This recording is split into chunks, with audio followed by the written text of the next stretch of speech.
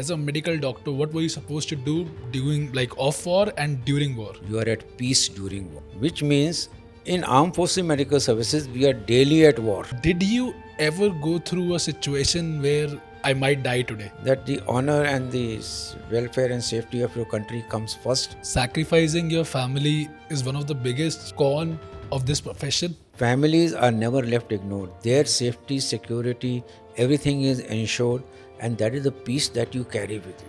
So out of all the three, the infantry, the navy and the air force, which one do you think is the hardest? Sir, after the Ukraine-Russia war, how has the medical system, the medical colleges been affected? Is it still worth going there? The border areas, yes. So universities located in border areas, we have told students very clearly that please avoid for the time being, because you can be an innocent victim. So what is the salary structure like? We start as a lieutenant and moving on to the highest rank. We are building India's largest community of medicos, and thank you to each one of you for making it a possibility. But I still have a request, guys. 87% of you are not subscribed to the channel. So before we move forward and introduce the guest of the day, I would like to request you press the bell icon and the subscribe button. So today we have a very special guest. His resume consists of 40 years in healthcare. He has been a part of Indian Army Corps from 1979. Can you imagine that? He has been superannuated as Air Marshal and the Director General of Health Services of Indian Air Force. Imagine such an illustrious career. He has done his MD in Hospital Administration from AIIMS Delhi and DNB in Health Administration including Hospital Administration. He has been part of Rus Education as a mentor, technical advisor, and he has been the Vice-Chancellor of Lincoln University. In short, he has lived 3 careers in one. He has been an Air Marshal. He has been a mentor to future doctors. He is also one of the founding members of NABH, the quality control every Indian medical college stands by. He is the person who has shown India what quality control is. If today Indian medical standard is somewhere in the world, he is a person who has lived 3 careers in one life. An Air Marshal, quality control in India, and a mentor for future medicos. Let's put our hands together and let's welcome retired Air Marshal Dr. Pawan Kapoor. Welcome to the Nachiket Bhatia Show, sir. Thank you, Dr. Nachiket Bhatia, for having me over. Dr. Pawan, sir, you are an expert in the field of study abroad, especially in Russia. The whole podcast today, I am doing this podcast because many students of ours, requested us more information about Russia. Because Russia, being one of the largest countries for study abroad, especially, has its own pros and cons. But before we get into that, I would like to know your journey. You have a very impressive resume. I think you have done everything possible. That is, apart from being into practice, you have done a lot of things. So, sir, I would like to know that how did you get into MBBS and how has your journey been like? Okay, that's a very interesting journey I've had so far. I got into medicine because my dad was a physician. He was a doctor in the railways. And I used to see that how much of satisfaction he used to get. The joy I used to see on his face when he used to come back from the hospital and tell us stories. Such a such patient came, he was not good, his family was crying outside. I struggled with him for 3 hours, but now he's back to normal. And when the patients used to come to our house to thank him, they used to bring a lot of gifts and presents, but they used to, he used to take only one sweet and tell them, I am just an agent in the hand of God. He has somehow given me the strength to look after you. I read, I study, but I implement what he directs at that point of time.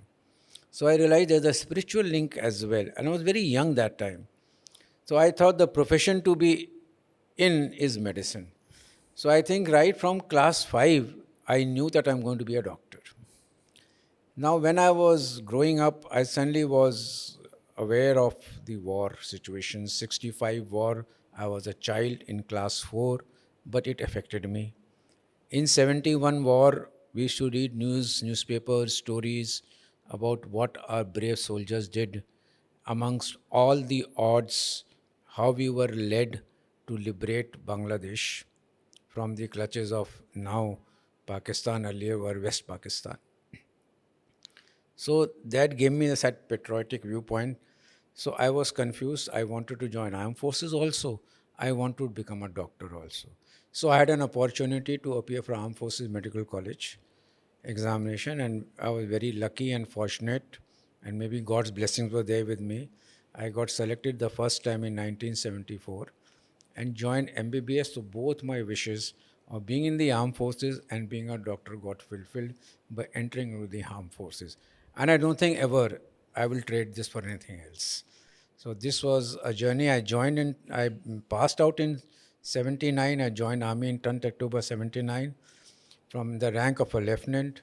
And I was a very lucky few who retired at the highest rank of Lieutenant General in the Armed Forces Medical Services. And in my last 2 years, I was taken over. I was rather asked to take over the responsibility of Director General of Medical Services of Indian Air Force. So I learned new things about aerospace medicine, about aviation medicine. So I just kept on expanding my sphere of knowledge in all aspects of medicine. During this journey, I witnessed certain things. I would like to share a small story with you. Absolutely, sir. You see, I was doing my post graduation in hospital administration from All India Institute of Medical Sciences. I was a resident, and you had to do certain emergency duties. During those emergency duties, there was a boy who was brought in with about 60% of burns, and he has been on the road for 4 to 6 hours, going from nursing home to hospital when he was referred to All India Institute of Medical Sciences. 4 hours, there was not an IV drip on him. There was no antibiotic coverage. There was no semblance of any emergency care being imparted to him. When he came there, obviously he had multiple injuries. AIIMS did not have a burn center, so they referred him to Safdarjung. I said, at least let us hydrate him. Let us give him some antibiotic cover. And I took that person personally from AIIMS to burn center in Safdarjung. Needless to say, 3 days later, he expired. That set my mind going. Do we have an emergency medical service system in our country? To my horror, there was none. So my thesis, which I wrote, was on planning and designing of accident and emergency medical services system in Delhi metropolis. And as a consequence of that work, you have today Jayaprakash Narayan Trauma Center, Accident and Trauma Center here. During that time, I made certain parameters for quality in healthcare. I said, we have to measure quality. We have to relate our performance with certain outcomes. Until unless the outcomes are measured, we will not know whether we are doing good or we are just doing a job. It's not a job. It is a job with passion. It deals with human life, human minds. From that time, I got into the sphere of quality. I put up indicators. Nobody cared, to be very honest. I started talking about accreditation in 1994, but there was no taker. But we got an opportunity. In 2003, we were asked to make certain standards. We made certain standards. They were not accepted by the Ministry of Health. No problem. Then Quality Council of India was approached by the Ministry of Health that we required some accreditation body to take over the responsibility of measuring quality for the sake of attracting medical tourism. In that garb, we made the first set of standards for NABH, of which I was the chairman of the technical committee. I continue to remain involved with NABH till now. And NABH is history. It's a revolution in quality in healthcare now. All medical establishments are supposed to be NABH accredited over a period of time, and that process is continuing. Let's talk about your life in army, sir. Can you describe that for us in detail? Okay, see, many things I cannot say because they are confidential and secret. But I tell you, there is one organization which gives you the maximum satisfaction today. It is the armed forces. When I joined army, I was posted to a place called Arunachal. Now, believe me, I was in Pune. Just completed my internship. My posting order came to Arunachal, and obviously we think Arunachal will be in Arunachal Pradesh. There were no Googles, there were no internets. We had to find out where this Arunachal is. So I went to the signal department. I said, "Can you please guide me where this Arunachal is?" They said, "Arunachal is a small town in Kachar district of Assam next to Silchar." To reach Arunachal, I had to travel from Pune to Delhi, Delhi to Barauni, Barauni to Guwahati, changing trains, Guwahati to Silchar. In between, there's a 2-minute halt where you have to just get down to carry huge trunks with hold all. That used to be the travel, apprentices that we used to carry. And when I got down, it was hot, it was humid, and I was taken to a small tila and said, "That's your accommodation." I reached there. I opened the tap. It was all muddy water. So the person who brought me said, "If you're waiting for this water to clear, you will spend your tenure here. Your water will never clear. So you have to actually Filter it out. filter it with gauze pieces, with a gauze filter to take bath, and a separate water cooler available to us. We used to take water for drinking purposes. That was my induction. And after that, I went on temporary duty to Mizoram. I saw action in Mizoram, insurgency action. I managed, then I was moved to Tripura, then I was moved to Limakong, that is in Manipur. And there I saw action with insurgents, actively involved, providing medical cover all the time. We saw life as it should be seen, full of challenges, full of adventure. But one thing was certain, that your life belongs to your country. And that was a training. I have n number of experiences. We have seen people whose feet have been blown up, and when I go and talk to them, you know what soldier says? कि sir कब तक ठीक हो जाऊंगा? तो मैंने कहा तुम्हारा पूरा पैर चला गया है नीचे वाला. सर कोई बात नहीं ना सर, अभी आर्टिफिशियल लिम्ब सेंटर में जाएंगे, आप लोग हमारे एक आर्टिफिशियल लिम्ब लगा दोगे, हम वापस आ जाएंगे. That is the vigor, that is the josh. Country first, always, every time. And that thing, I think, that makes you move on in life. Because nothing else motivates you except the honor and security of your country. There are a lot of incidents. If I do this, your entire podcast will be on that only. That will do sometime other time, my experience in the armed forces. But I said if I were to be born again, I like to be a doctor in the armed forces of India. That's amazing. Just amazing. All right. And I think, of course, when I'm listening to you live, I can feel that energy coming out of you ki Bharat Mata ki jai. Sir, did you ever go through a situation where you might have think, okay, I might die today? Did that happen? You never think in the armed forces that you're going to die today. You never think. Armed forces does not think of casualty. Because that is the last thing on their mind, your own personal safety is the last thing. That is what we are taught. That the honor and the welfare and safety of your country comes first every time.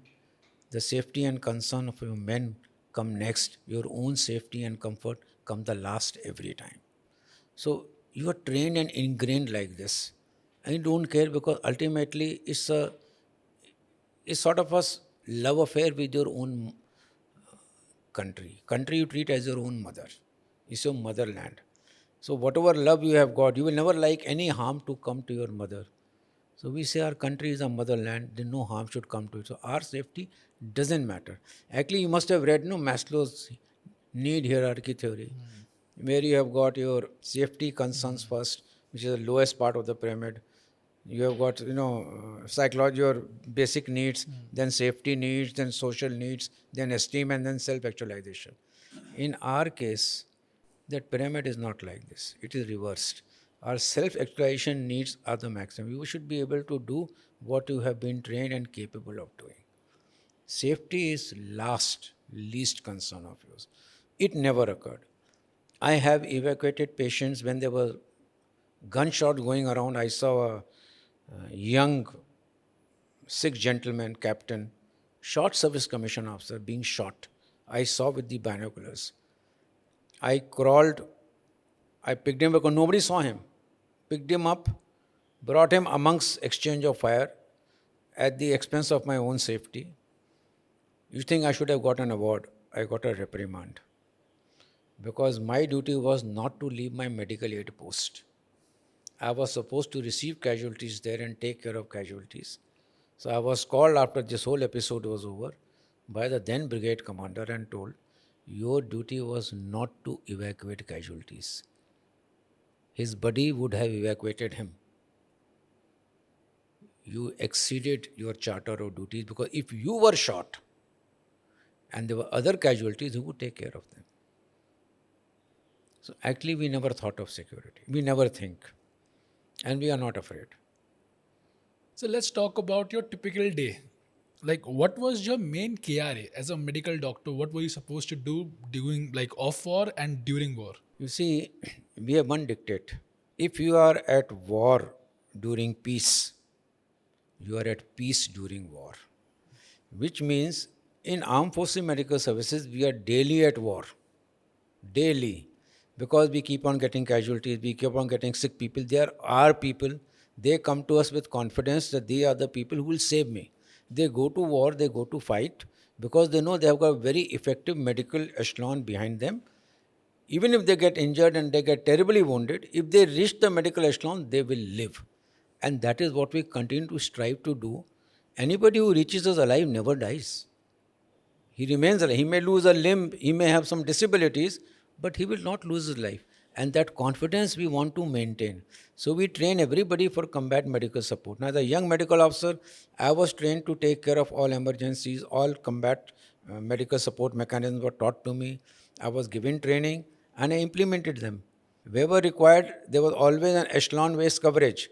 My goal was to ensure to resuscitate the patient, to keep him alive so that he reaches the definite hospital and gets definitive care.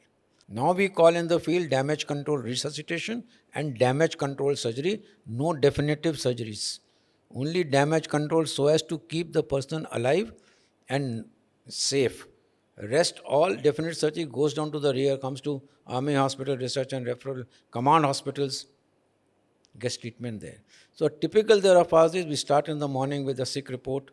Routine sicks are there, suddenly there are certain emergencies, so we take care of them. In case we are in family stations, then we have got families. We have to cater to their health needs. We conduct health education lectures. We conduct lectures on hygiene, dental hygiene, on prevention of diseases. And seasonal, like now a season of dengue is coming up. So May onwards, people have started training the troops on how to prevent dengue from happening. You won't believe, chikungunya happened in whole of Kerala, except the cantonment. It never reached cantonment. So we work 24/7, there are no timings. We do not say it's time to go home, it doesn't matter. We do not know when to remove our belt and we don't care about it. Yes, we make a lot of sacrifice. I'll be very honest with you. Till today, my daughter tells me, when I put on my first sari and I wanted to show to my dad was not there. When I stood first in my elocution contest, I went to receive a prize, my dad was not there. When I excelled in academics and I was being felicitated, my dad was not there. Sacrifice. Maybe children, when they grow up, they talk to you, they don't know how it hurts us. But for them, it is something which they'll never get back. And for me also, it is something which I'll never get back. But this sacrifice is a making for a larger goal. Every 3 years, they're posted out, you have to pack and leave. Sometimes you have to go to non-family stations where families are not permitted. But my wife has been my support.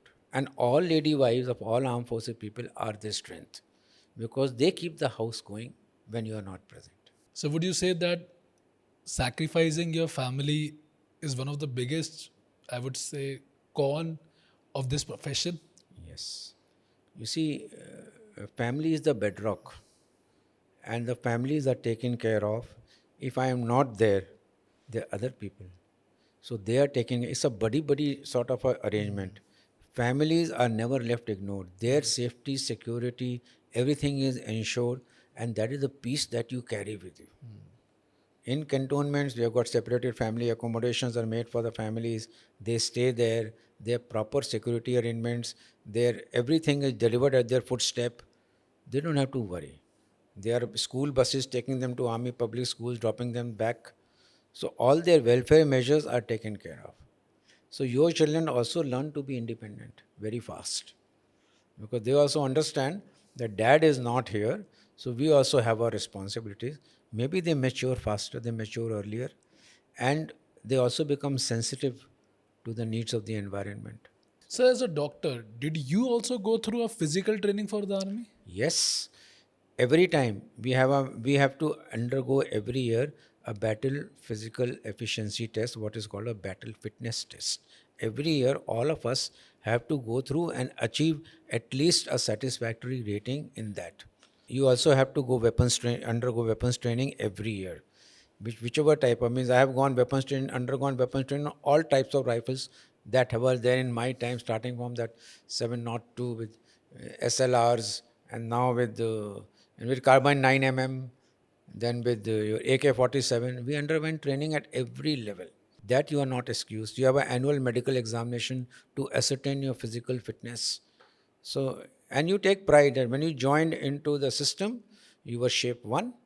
When you got out of the system, you are shape one. Many are not. But you consider yourself to be the most fortunate person that you entered 38 years ago in medical category shape one.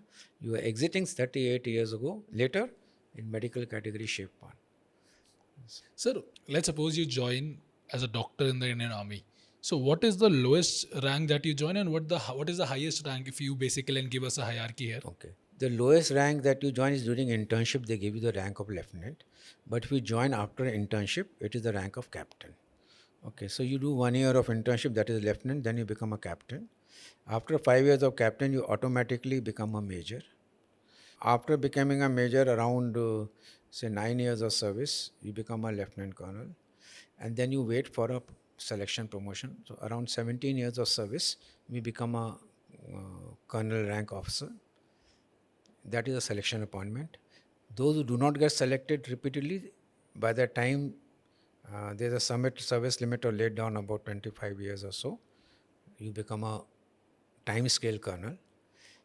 Then after colonel, you are given selection rank of brigadier, then major general, then lieutenant general, and equivalent ranks in Navy and Air Force. So you grow together. In the medical services, we have no problem with adjusting in Navy and Air Force because the job remains the same. We can easily be transferred from Army to Navy, Navy to Air Force to Army, Navy to Army. So we blend with each other, and what type of service, what uniform you wear does not matter because your task remains the same. So, out of all the three, the infantry, the navy, and the air force, which one do you think is the hardest? See, they all have got their own skill sets and they all are needed. If I talk about the life of a submariner, it is terrible. You're under the sea all the time, most of the times. And then when you surface, you have a different sort of a outlook towards life. You're always at sea, let me put it. When you talk about a pilot in the Air Force, the amount of changes that your body undertakes to the extent that they go beyond the speed of sound, and they have to take a lot of evasive actions which they practice. Sometimes they black out while doing that. So it's challenging. For the army, you do not know when you step onto a mine. While going into a place, some mines are kept, you step on, you lose your limb. One of the doctors lost his limb. And then I was going to the same sector. I was told, sir, be careful because they are unidentified mine laid long time back in 1948. We do not know them. You might accidentally put a foot on this. One of your brigadiers earlier had lost. I said, but my men will be waiting there. So we must go and meet the men. So we went to meet the men. And across the jungle there was Pakistani post. He said, क्या बात है वहाँ से इतना शोर क्यों आ रहा है? इससे हमारे ब्रिगेडियर साहब आए हैं. वो कहते हैं हमारे तो ब्रिगेडियर आते नहीं हमसे मिलने. That is the connect that we have with the men. So all three are unique. All three are required for the defense of this country, and all three have to work in sync. You had seen Operation Sindoor? Army, Navy, Air Force. Rather, this time Air Force and Navy did a lot of work together to meet our national goals. And army tries to meet the national objectives laid down by the politics, by the government. They tell us what is your limit. Like in this case, as a no escalation, only hit the terrorist sites. If they escalate, we will retaliate. Otherwise, we could have harmed them terribly in the first day itself, but we restrained ourselves. That is what we do. So, do you think, as an army man, the Operation Sindoor was a success? Yes. Reason for success is in the army, you don't see what happens in the armed forces. You see what was your goal. Your goal was to inflict damage onto the terrorist sites. You killed almost 100 of them. You destroyed most of them in depth this time, not only those on the border. You achieved your original aim. Then next was to protect yourself in case there is a retaliation. We effectively protected ourselves against all their drones and missile attacks. And when we became offensive, we destroyed their air bases. So actually, they did not have any option but to come to the negotiating table. Because when you don't have an airfield and you want to escalate, and if India escalates before your aircraft can take off, they are destroyed on ground. It happened in 71. It was stated in 71, any aircraft in the air in the Indian Armed Forces, especially in the eastern border. So it was a success. It was a huge success actually, because you met all your objectives. Yes, there are media report about certain losses which none of us can confirm because we do not have access to that information. But even if there are losses, it doesn't matter. There will be losses in war. And it was very wise steps. You see, Pakistan has nothing to lose. It is already a country in debt. It is owned by several other countries. It is no longer an independent country, actually speaking. But India has everything to lose to go into a war. Its economy goes sliding down. So India would not like to engage into a long-term engagement because India is an upward-coming economy. You don't want to go back behind unnecessarily with a state who has nothing to lose. So I think it was a good, huge success. So, you have seen wars without social media and with social media. Today, there are a lot of reports which saying that wars are now fought based on social media. Yes. What is Twitter saying? The government is actually taking actions based on that. I don't know if it's right or not, but I would like to know your opinion on that. Yes, there are narratives that come out from, they use, what we say, they use information technology. They try to camouflage the situation to their own advantage. But I think they also have to go back and tell their people. They also have to say that, no, we won the war. Everybody has prepared themselves for that. Maybe those who are not well prepared on ground to absorb the shocks, they try to do more of such social media activities to come into limelight, to allay the anxiety of their population. This is going to happen more and more, and we have to become experts in this. Because later on, cyber wars are going to happen. We don't know. Wars may happen in space. Just now we are saying wars may happen in water also. So they can happen on water, they can happen on information, they can happen in the cyber world, they can happen in space. So we have to be prepared for all types of war. And I think India is taking steps to ensure that any such war, we do not lose either face or territory. Sir, I'm sure you must have watched a lot of army movies that are made. Which movie do you think has the closest resemblance to what actually happens on ground in Indian Army? See, most of the movies they make with the view of entertainment. Okay. True.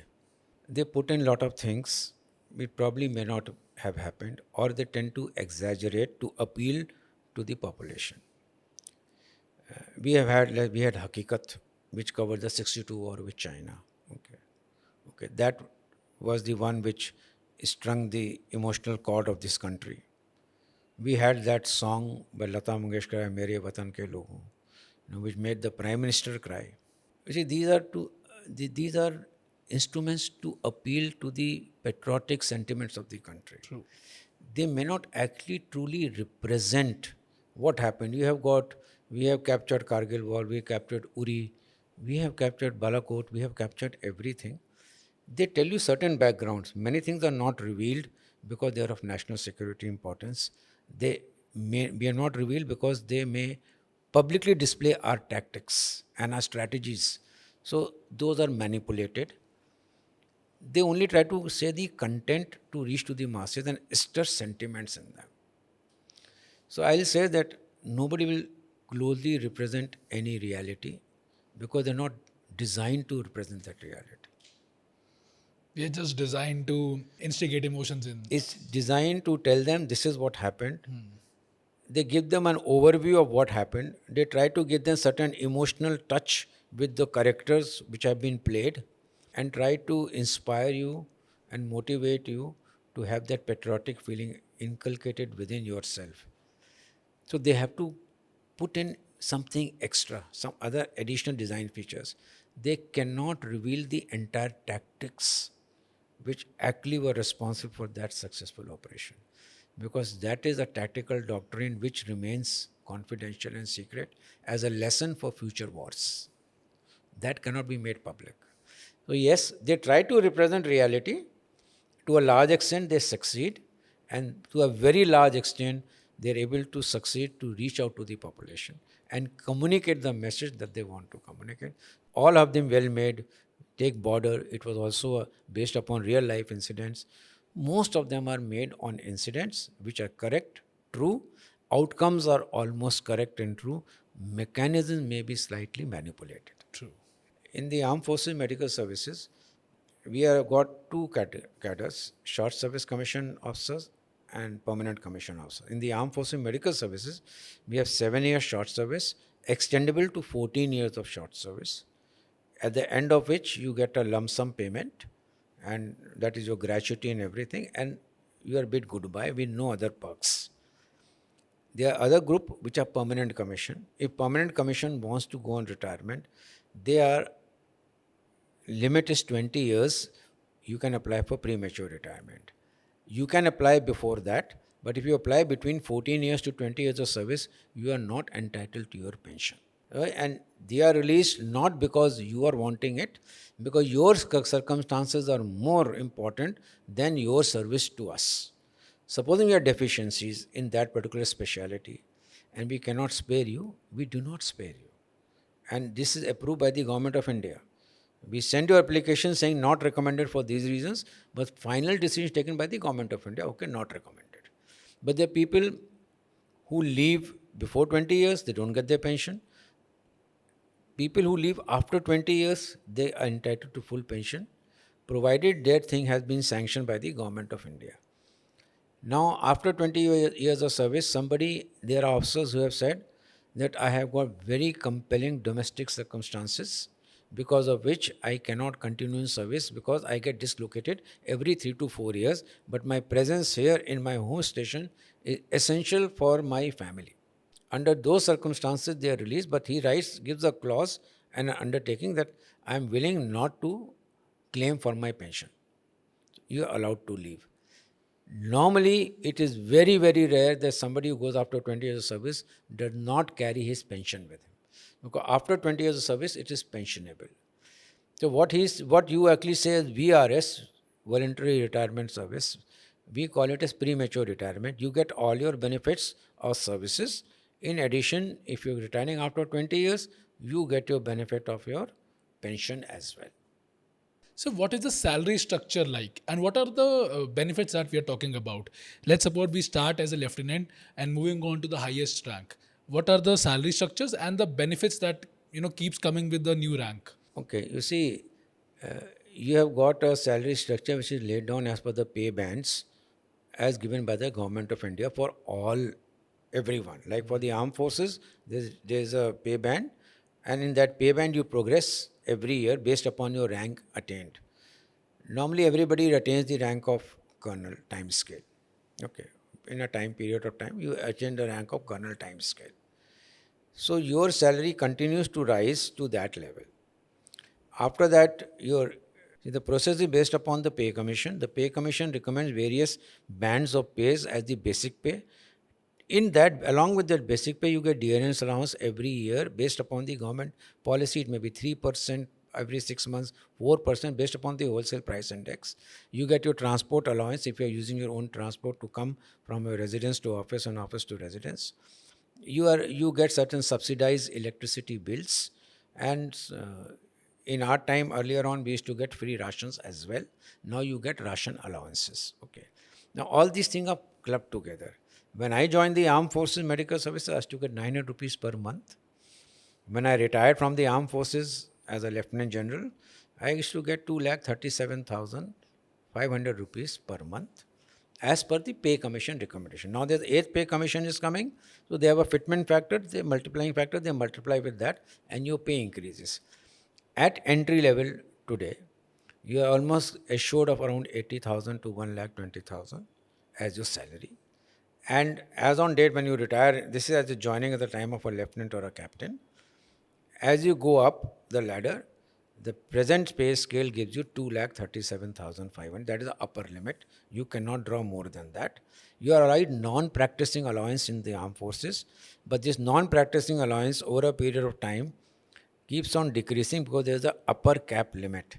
So in my case, if I am authorized a non-practicing allowance, my percentage goes down significantly in non-practicing allowance because my basic pay has gone up beyond a certain limit. So limitations are placed. That is why when I retire, I get a pension of 50% of 2,37,500, 1,18,725 or something. That is my pension which I get after retirement. Answer is this taxable? Everything is taxable. Like proper 30%. Everything is taxable. ये तो गलत है ना? नहीं, वो taxable है because tax is common to everyone in the country.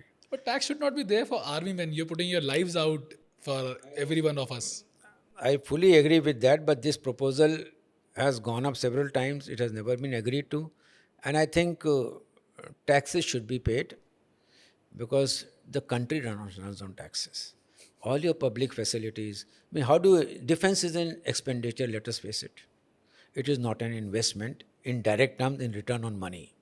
It's not a return on investment because you don't get cash in return. What you get? Security in return. You get development in return, but you do not get cash in return. It is an expenditure. From where do you pay for the defense services? From the taxes. Where do you pay for the railways? From the taxes. Where do you pay for the roads? From the taxes. Where do you for the government medical colleges, government schools? From the taxes. So how do you create that? So I think we all owe it to the government of India. We should pay your taxes. We never really took it We seriously. do owe it, but an army man does not owe it, sir. They are putting their lives No, as he a owes his life risk. to the country. Yes. But you see, I think for the sake of consistency and uniformity in the taxation structure, that's the way country wants to progress. We have quite a lot of people in the armed forces. So maybe they contribute this way also. See, there are a lot of perks and benefits. We get canteen facilities, which are at subsidized rates. There is very limited VAT on that, almost tax-free. So we have our own messing facilities that are based upon cost. There is no profit being made on that. Wherever I have to go, today I am retired. If I have to travel to some place, I don't look at a hotel, whether the hotel booked or not. I have to just reach at a place, I will get accommodation in the army mess. नहीं भी होगा तब भी मिलेगा. Because I am confident that I will be looked after. These are perks which probably others do not have, but I have. You get a family for life. I have a family for life. Anything happens to me, my wife is taken care of. She is guided by the armed forces people. Even my cremation is taken care of. So it's a, from birth to death, you are bonded. And if the rebirth, you would like to come back again. That's the reason. True, sir. An amazing experience, I'm sure. I mean, I'm getting goosebumps just listening to your story, so I'm sure your time must be like crazy. So let's talk about Russia now. Yeah.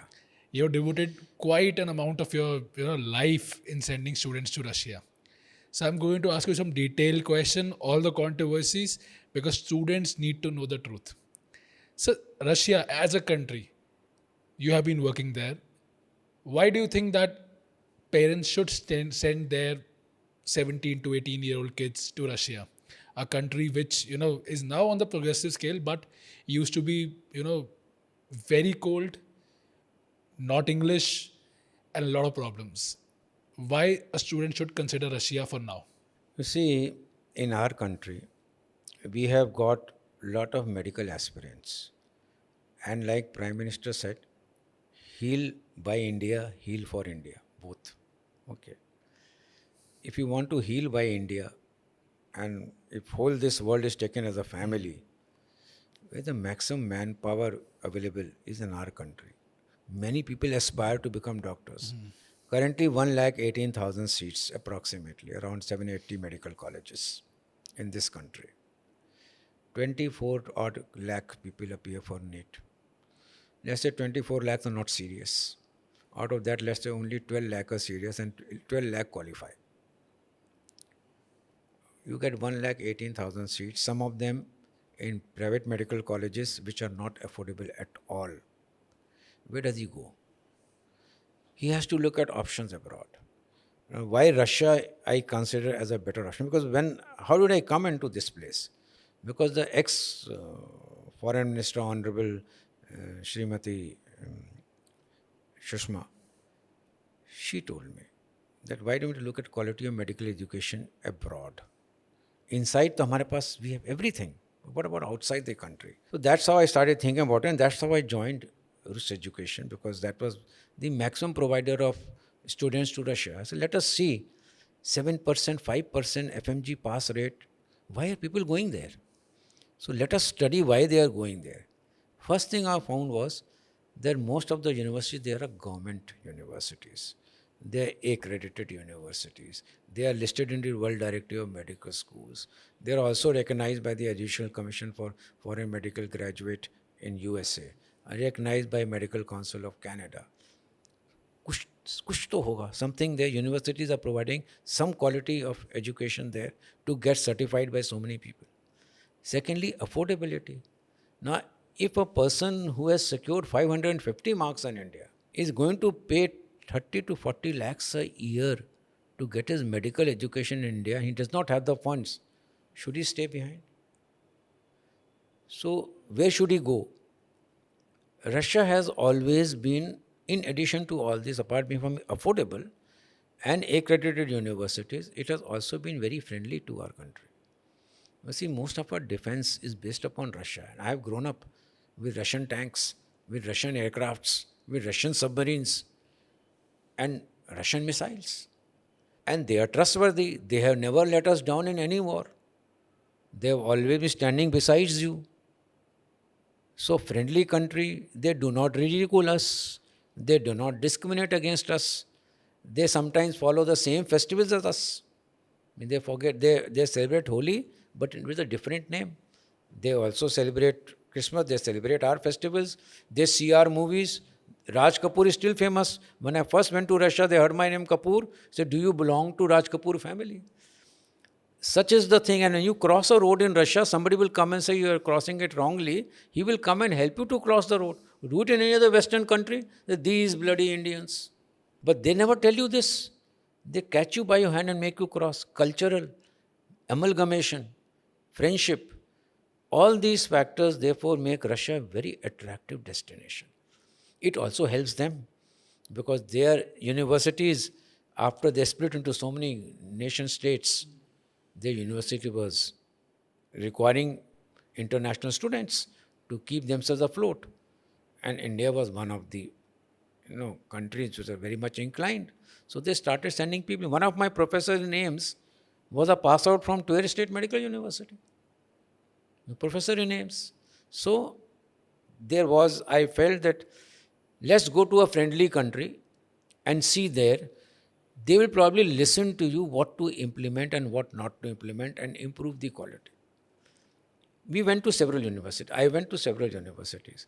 Then I said, we espouse the cause of only those universities which implement National Medical Commission, or that time MCI curriculum. So there were a lot of things lacking, public health. They don't have dengue, they don't have malaria, they don't have chikungunya, they don't have amoebiasis. They were not even being considered as topics there. So we said you have to follow certain tropical disease, introduce tropical disease modules, introduce public health modules. So many of them did introduce these modules. Came back, still clinical experience lacking. The clinical experience exposure there was less because the type of disease profile we see in India is not there. So brought them here. made certain changes in implementation of the curriculum. So what happened was when they started getting clinical exposure in India, we tied up with certain hospital groups to give them exposure. So they will come, they would charge some money, and they will give them observership for 15 days in medicine, 15 days in surgery, 15 days in obs and gynae, 15 days in pediatrics. Over a year, whenever they come for vacation, do 15 days medicine today. Next time when you come, do 15 days surgery. So like they started getting exposed to how the Indian medical delivery system functions. Obviously, the pass percentage went up. So they listen. You go to China, they will never listen. You come for educational study, go back. We don't need you. For us, it is business. Your requirement, we are meeting, you are paying for it, we are earning money. Now go back to your country. We don't have to mess with our system. So they will not change the curriculum. But Russia did. So all these factors, I think, parents should consider, primarily because it's a friendly country and it listens. That's why you should come, and affordable. Sir, after the Ukraine-Russia war, how has the medical system, the medical colleges been affected? Is it still worth going there? Because of this conflict, there were a lot of apprehensions. Now we realize, since I'm from the armed forces, I realize what conflict means. I do not call it as a conflict. A conflict is when you are able to deliver equal harm to each other. Ukraine has not been able to do that. The conflict is confined to the border areas, like we have got Jammu and Kashmir, conflict is confined there. Certain border with China, conflicts keep on happening. They do not impact you here. They do not impact people sitting somewhere in UP. Similar is the case in Russia. The border areas, yes. So universities located in border areas, we have told students very clearly that please avoid for the time being, because you can be an innocent victim. But those in the interiors, life is as normal as it was anywhere else. Irrespective of the sanctions, students face problem in sanctions. But that also they took steps to overcome those sanctions in different way. Because one way China helped them, other way I think India also helped them in overcoming those after effects of the conflict. Conflict is continuing. Ukraine has been affected. Ukraine market has been affected because those students, it was a tough time relocating them, sending them to other universities, talking to National Medical Commission. It was a humongous effort. We managed some, I think other organizations, other agencies also managed to send them in different countries. By and large, I think all those people who were displaced during this conflict from Ukraine, they have been adjusted.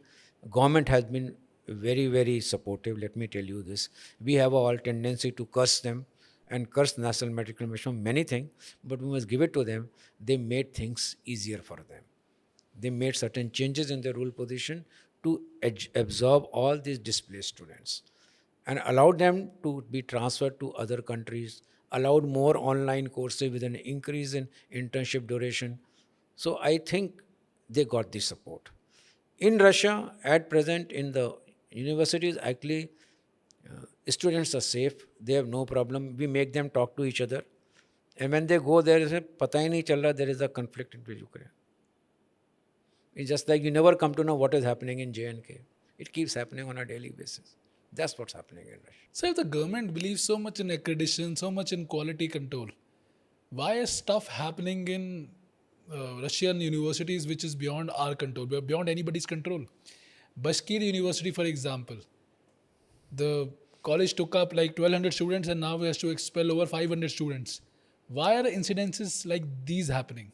This is where Indian agencies are also equally responsible. I do not know exactly what has happened, because what I read was around 254 students were rusticated. Some of them were asked to take self-rustication because of academic debts, because of attendance and lack of attending classes. With all these factors in mind, we do not know if that is the case, and 254 students in different years, it actually works out to be around 40 students per year. That can happen. No, sir. This was not that happened. What happened was that the college had a taking capacity of, let's suppose, 100 students. No, I'm just saying. I'm The just giving agency a put reason up 200. that can happen. But now, supposing you have filled your, like what you stated, you have filled your students, you have capacity of 600 or 700, you have filled 1000 students, and you're not able to take care of them. Now that is greed. And that greed has only occurred at a level which cannot be without complicity with the Indian agents who are carrying on admissions there. उन्होंने एक system बना दिया कि जाओ बशकीर जाओ, एक कुछ निकाल दिया, सम प्लस पॉइंट, और वहाँ भेज दिया उनको. I think this is where earlier viewpoint of Medical Council of India that empaneled the universities based upon reports received by the Indian Embassy and the Ministry of Education. I think that was a good guideline for the students to choose universities abroad. Now the National Medical Commission has given the onus to the students and the parents. They have to follow the criteria of National Medical Commission, means that the duration of should be more than 54 months, followed by 1 year of internship, should follow the curriculum laid down in the Schedule 1 covering all these subjects, should medium instruction should be in English, should be amenable to a registration there, should get a license to practice in that country, only then you can come back. Nothing, you cannot change your university, you cannot change your rotation hospital until they are affiliated with the same university from the same location. So you cannot take transfer. Now all these things that have happened, now the responsibility whose? It becomes that of the student. And the other red flags which the student must see. How many number of students? We have more than 6,000 students studying in this university. It's a red flag. It is not that, oh, it's a very popular university.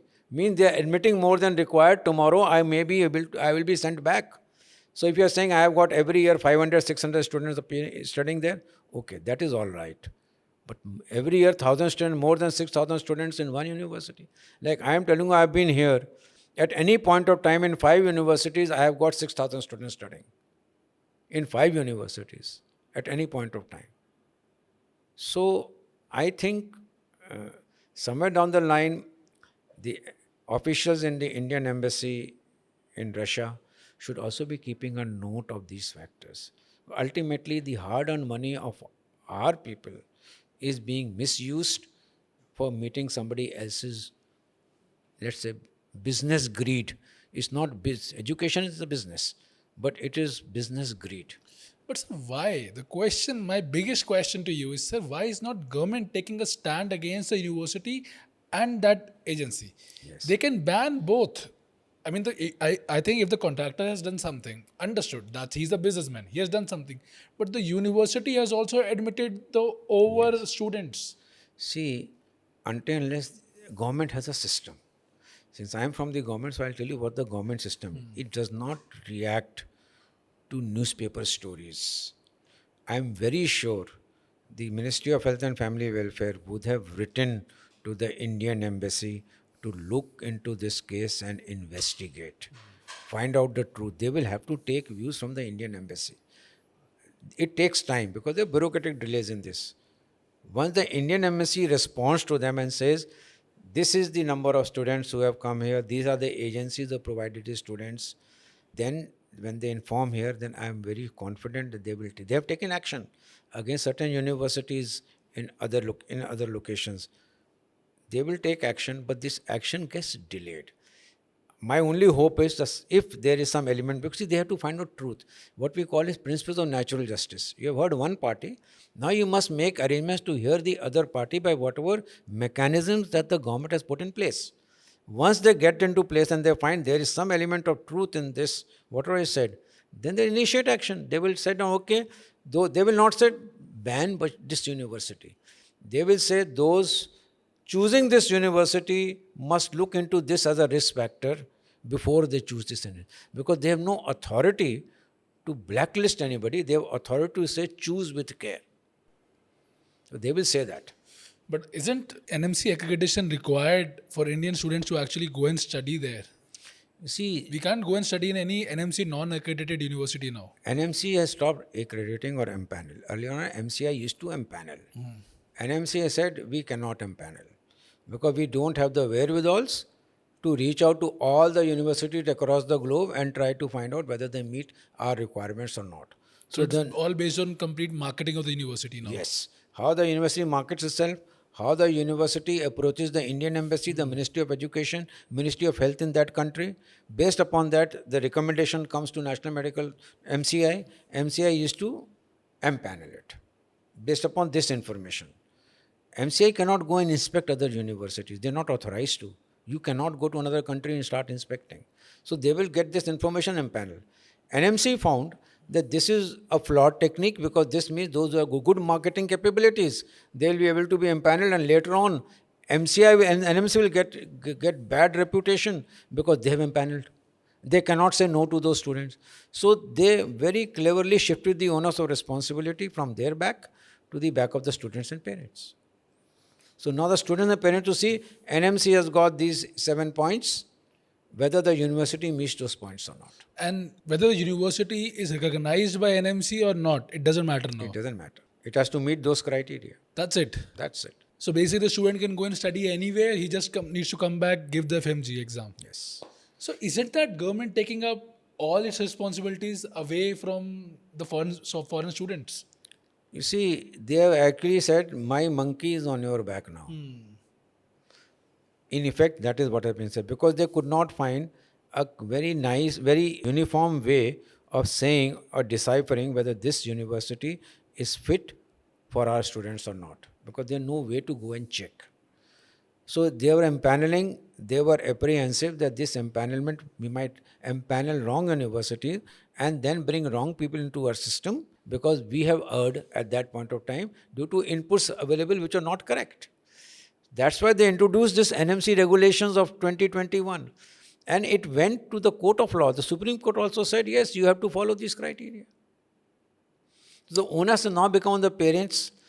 So they have to find the right agency to go to be who informs them the correct feedback. So if you fall into the hands of a wrong agency, you are in trouble.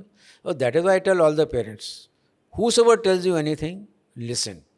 But go to the World Directory of Medical Schools. It gives you everything. When the university was listed, when did it start its operation, is it in English language or not, are they sponsored by ECFMG and Medical Council of Canada? If they meet these requirements, at least the universities exist. At least the university is carrying out certain norms which have been listed by ECFMG and Medical Council of Canada. So basically, if you want to study abroad, everything is upon you. Everything is upon. I think education is completely privatized now. The government has no say apart from For abroad. putting up problems. Abroad. Abroad. For education abroad. See, even in India, what is happening? You tell me, what is the latest, you have heard that? Latest, that how people are accepting, benefits to give favorable reports. Sir, वो तो corruption तो India का एक core मूल है ही. So, abhi, how can you go abroad and now start doing the same activity there and bring yourself in more discipline? As you said, rightly said, NABH accreditation is still a mandatory thing. No, it is not mandatory. Every private university proudly says we are NABH accredited. Accredited A grade, A plus grade. Just now grading has not come. It is in the process. But I think you can see that even when you are going through that Meerut highway, you can see every university putting that we are NABH accredited. That is NAC grading. NAC grading. That is I'm NAC so grading. sorry, that's NAC grading. That is NAC grading. That's for education. But still, there is some kind of Yes. government control agency mechanism who's is looking there. at it. Why is not government putting something? Because there's almost 50,000 students are going abroad every year. There needs to be some kind of safety provision. And these are the people who are not able to afford medical studies in India. That means they are already from a lower income segment. Even in Bashkir, the problem is not that they are basically being expelled in everything. They have to start from scratch again into another university, and the money that they have paid till now to Bashkir is gone. Zero, and they have to pay again. Money being the primary factor, the reason that a person has moved abroad at the tender age of 18, and money being blown away just because the government did not interfere, did not intervene. I think this is the biggest problem the government needs to solve. Let us say there are 96 to 100 universities in Russia, maybe another 65 to 70 universities in Caribbean region. Reach is not there. How will they reach out? And whom they will make accountable for that? they are not authorized to go and check what they are doing. How will they do that? India being the Intergovernment, biggest consumer market. Sir, I I know universities which are running exclusively on Indian students. If we stop going, the university will shut down. Why not government take a stand here? We are sending you the students. We are the revenue makers of your university. Either you follow our standards or we do not send you students. who will check? We will check. That is what the intergovernmental inspection of education facilities is still not the norm. Nowhere in the world. So how can India ask for a special privilege from another country? There are constraints. I have asked this question several times to Medical Council and National Medical Commission. They said we are unable to do justice to our own country. How do you expect us to take on responsibility of other countries where we do not have accessibility? And how will we assure that what we say is being followed there? This will require huge amount of manpower, huge amount of political will and integration of the education systems. I think we are still not globalized to that extent that we can have this integration. So frankly speaking, I think we know so many people who have now, they were used to be contractors and now have become a part into management of universities. If private people can get into it, NMC can very well send up a person, build up that kind of curriculum and then say, okay, follow this kind of curriculum. All right. See, And I can very well understand that the practical exposure might not be there because, of course, the population here and the population there, there's a stark difference. But of course, we can focus on theoreticals. We can focus and leave apart the education.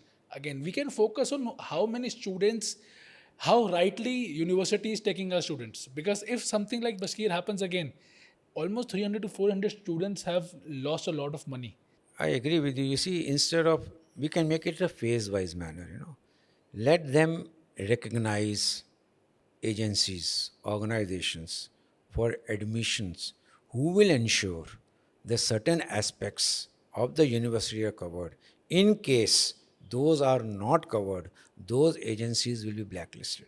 Now here it comes, those agencies obviously making some money on this business. So they will ensure that if they don't do it, we will lose this entire thing in India. Let us start that as a step one. That may be a better solution because then n number of fly-by-night agents will not be there.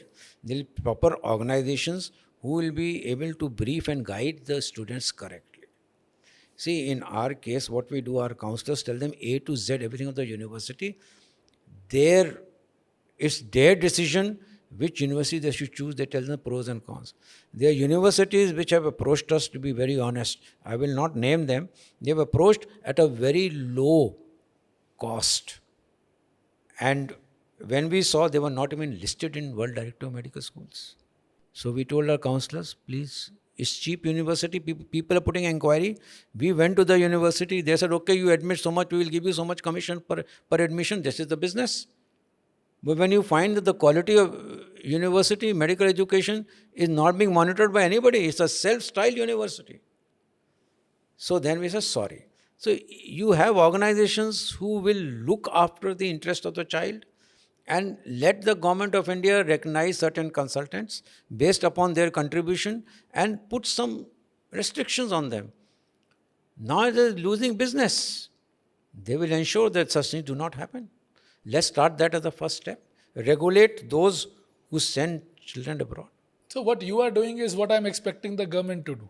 Yes. Okay, either follow these terms or we are not doing business with you. We're not doing business with you. This is going to be your advice to the parents and students who are planning to go abroad this year or upcoming years, basically. How to basically, characterize a university, whether it is safe or not, the curriculum and everything.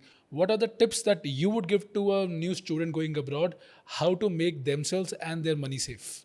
Whenever you go to any university, the first and foremost thing that you should look for is whether it is listed in World Directory of Medical School or not.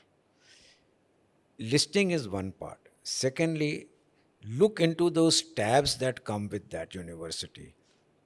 Year of operation. Is it currently under operation? Is it sponsored by Educational Commission for Foreign Medical Graduates? Is it sponsored by Medical Council of Canada? These are the two common sponsors. When this is there, that means university in existence. Then they must next step go to the university website. Now you have university website most of the time in Russian. They have an English translation. So they can go to the English translated version of that website. They will find out what are the various disciplines that are being taught, since which year that university is there. If that is the year working there for a long time, that means university is well established. Second thing. Third thing, see the faculty. You will find somewhere or the other there will be faculties who will be involved in some research, involved in some publication of book. I went to one university in Russia, and they gave me 2-3 books and some research projects that they had completed. Now that shows the involvement of the faculty in research and involvement of the faculty in asking students to get involved in research activities. So ask for research activities, ask for faculty. Next is, of course, your budget. Budget is important. Security in Russia, by and large, I think it is one of the safest countries. I have never seen any molestation, any rape. Yes, there have been thefts, but I have not seen anybody being murdered. I have not seen unnecessary violence or intersect violence between students, between Russians and Indian students. I have never seen these. So it is really a very, very safe country. If you take the safety index, I can walk comfortably on the road at night in Russia. I can't do it in Delhi.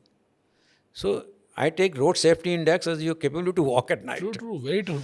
So, taking all these factors, the students have to look at this. Most important is, what is your FMG pass percentage? You see, if your pass percentage is consistently low, and it is not, nobody can claim. You see the NBME website, you will find out what is the pass percentage, because they publish every year. Yes, they publish all number of students. They publish in past students who have failed. But if you are giving a reasonable good amount of pass percentage, you know this university's quality of medical education is good. Okay. Then please take references of current students studying there, because no matter what, they will speak the truth, because tomorrow they don't want to take the responsibility of another student coming in that you misguided me, because then they become personal enemies. So take references of the students already studying there. If the student and parents do all these things, I think we'll land up in a relatively safe and a good quality university. You will also know what are your overheads, because I can say any overheads. What they do there, they may be slightly different than what I tell them, which I tell them a prepared list of overheads. But there may be certain overheads which I do not know. I'll give you an example. You see, when you go there, there are internal transportation costs. I can tell them transportation from Russia to this place. But I do not know the certain internal transportation costs which they have to bear, because there are 5-6 hospitals which are affiliated, and they have to go to one hospital to another hospital on a daily basis. So they have to go for monthly pass and cabs. All these are internal transportation costs. Then another issue, city-wise expenses. Moscow is more costly than Delhi. But you go interior, it is half the cost of Delhi. The tuition fees in Moscow University is much higher. It's almost equivalent to a private medical college in India. But tuition fees go inside 1/3. So we stay in Russia, study MBBS in Russia in 15 lakhs. It is not 15 lakhs. It will come to overall coming, going, hostel, food, around 25 to 30 lakhs. Give and take, plus minus 5 lakhs. But if you go to Moscow, it will come to 50 to 70 lakhs. Distractions. When parents choose, Moscow mein jayenge. Moscow is the capital. St. Petersburg. Distractions. Every day something is happening. Tourist spots. Children don't study. They enjoy more. Go to interior. Limited options. Universities, faculty available to you just within the university, because they have no place to go. They go once, twice, thrice. Where else will they go? So go to smaller cities, tier 2 cities. You will find better education, better universities, more availability of faculty, and better results. So I think these red flags parents must look at before they go send their children abroad. Very nicely summarized. Sir, if you have to, Give me like top 5 universities of Russia. Let's start with number 1, 2, 3, 4, 5. Orenburg State Medical University, I will rate as number 1. Reason: consistently, their first attempt pass percentage has been, they're tracking it, is around 55 to 60% in FMG first attempt. And the dean made a claim in a webinar that he conducted that second attempt, 80% of my students have they clear FMG.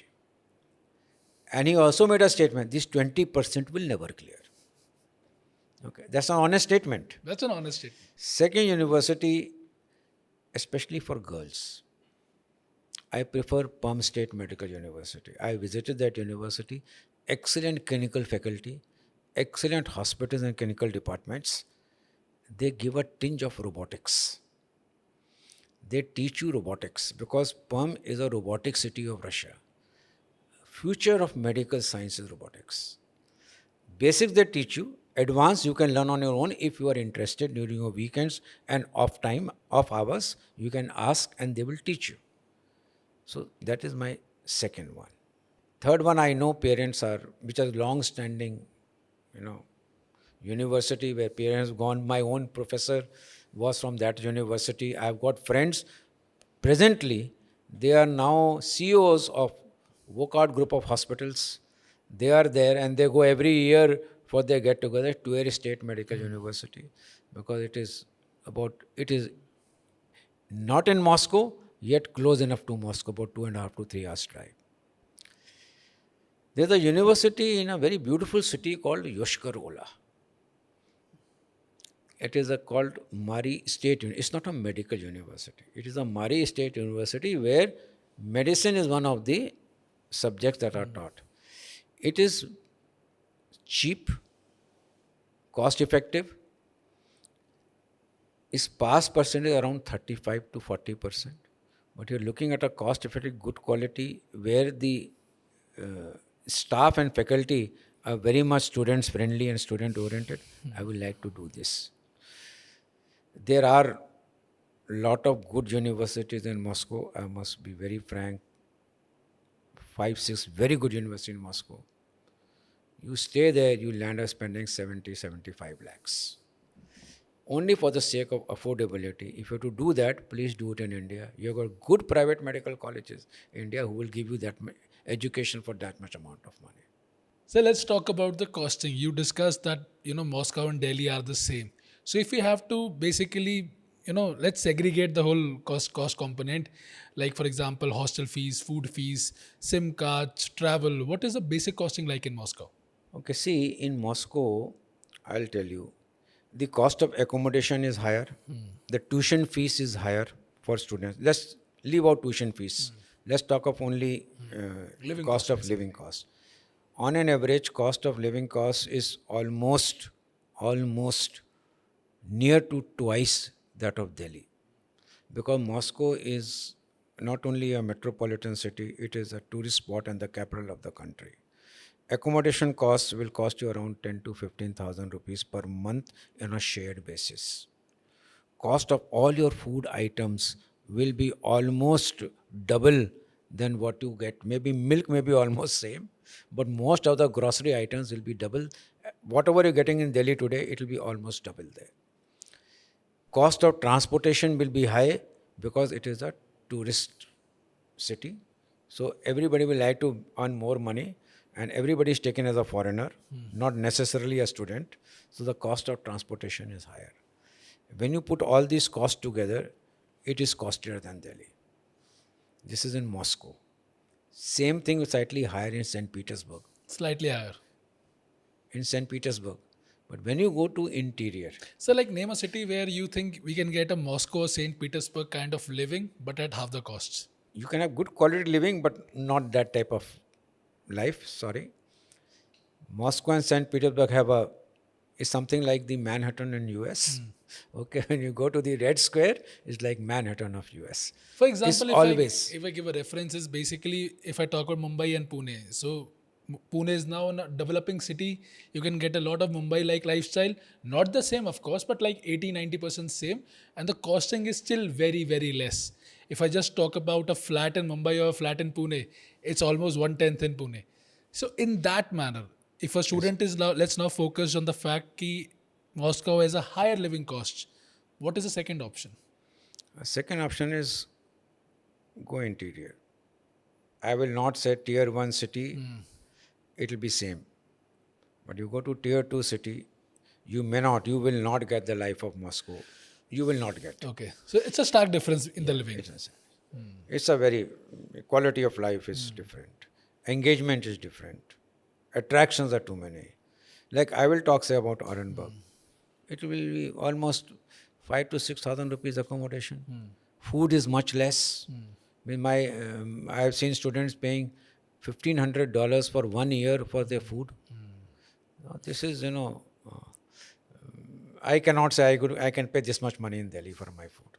We have to also look at the spending habits of the students. See, there are a lot of cultural activities. They would like to go out and have food. Now, these expenses you don't foresee at the time of planning. So my request to parents is please keep your child informed that this is your budget. Your yearly budget will not exceed 2 to 3 lakhs per year. See, that is additional expense. On an average, in a tier 2 city in Russia, you will, apart from this is, if you take the travel cost, they have to come to at least India for vacation once in a year. It will cost them around minimum 30 to 60,000 rupees as only cost of travel. That you have to factor into your budget.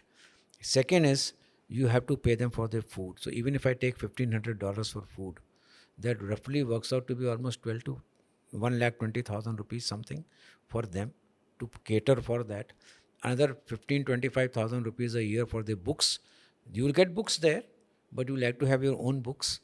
So all these are put together, on an average, add 2 lakhs in a tier 2 city over and above whatever you're getting there. That should be your budget. You do that, you are planned for a successful stay in there without having financial difficulties. Thank you so much, sir, for such an insightful discussion about everything. And you have given us a complete detail about Russia, the lifestyle. And I think this was one of the part that I was also always looking for in a speaker, where they can give us why the government is failing, what is actually missing, and the real reality of living in a foreign country, understanding the values, understanding the budget, and knowing what can go wrong and how to prevent it. And I think you have very successfully and very diligently told us everything about it. So thank you so much. Thank you. Thank you very much for having me over, and all the best to you and to the good work that you're doing on this show. Thank you so much, sir. Thank you. And thank you so much, guys. I hope you have loved today's podcast. I believe sir's experience, sir's, virtues about the Indian Army, the stories, the incidences, it gave me the goosebumps. I'm sure that each one of you must have some patriotism in your heart. And आज वो सारा बाहर निकल कर ज़रूर आएगा. So, इससे पहले कि आप इस पॉडकास्ट को जाए, प्लीज़ कमेंट बॉक्स पर लिखिएगा. Right it in the comment box. जय Hind. We are all standing for our country, and if we get a chance to serve our country more, we would proudly do so. So thank you so much. And before going, do not forget to like, share and subscribe. Jai Hind, Jai Bharat.